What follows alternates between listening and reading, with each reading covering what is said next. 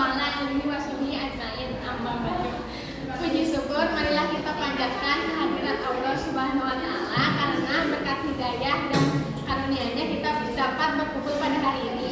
Shalawat beserta salam semoga tercurah limpahkan kepada Nabi besar Muhammad sallallahu alaihi wasallam. Baik, pada kesempatan kali ini saya Nasa Puji Lestari akan menyampaikan tausiah yang berjudul Ingat 5 perkara sebelum datang 5 perkara. Ada salah satu nasihat Rasulullah SAW dari hadis. Nasihat Rasulullah SAW tersebut menjadi cukup familiar di kalangan masyarakat karena sempat dipopulerkan dalam bentuk lagu religi oleh grup Nasyidaitan. Liriknya mengutip nasihat Rasulullah SAW dalam hadis yang bersumber dari Ibnu Abbas radhiyallahu anhu saat seorang sahabat meminta pesan kepada Nabi. Nasihat yang dimaksud adalah pengingat untuk memanfaatkan 5 perkara sebelum datangnya 5 perkara. Nasihat Rasulullah SAW dalam hadis yang bersumber dari Ibnu Abbas radhiyallahu anhu saat seorang sahabat meminta pesan kepada Nabi yang berbunyi, Iktani khomsan qabla khomsin sababaka qabla harumika wasihataka qabla sakomika wadinaka qabla fabrika wa faragoka qabla sadika wa hayatika qabla mautika. Yang artinya, manfaatkan 5 perkara sebelum 5 perkara.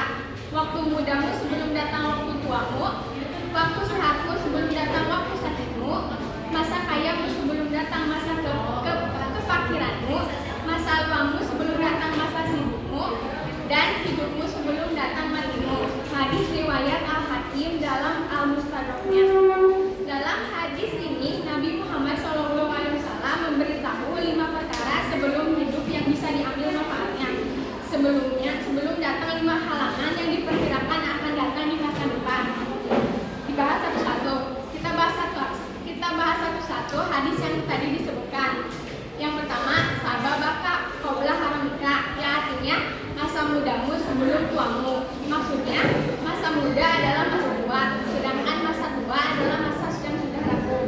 Dan manfaatkanlah masa kuatmu saat masih muda seperti untuk beribadah, amal kebaikan, mendapat ilmu dunia dan akhirat dan lainnya, sebelum masa tuamu dan masa lelahmu untuk melakukan ketaatan. Yang kedua, wasihataka qabla sakomika, masa sehatmu sebelum masa sakitmu. Maksudnya manfaatkanlah masa sehatmu dengan berbagai amal soleh sebelum menyambut kehalanganmu. Yang ketiga, wadinaka qabla fabrika, masa kayamu sebelum masa miskinmu. Maksudnya manfaatkanlah kemampuanmu untuk melakukan berbagai ibadah dan kebaikan dengan harta. Misalnya memenuhi kebutuhan anak istri, orang-orang miskin dan bersedekah dan sebagainya.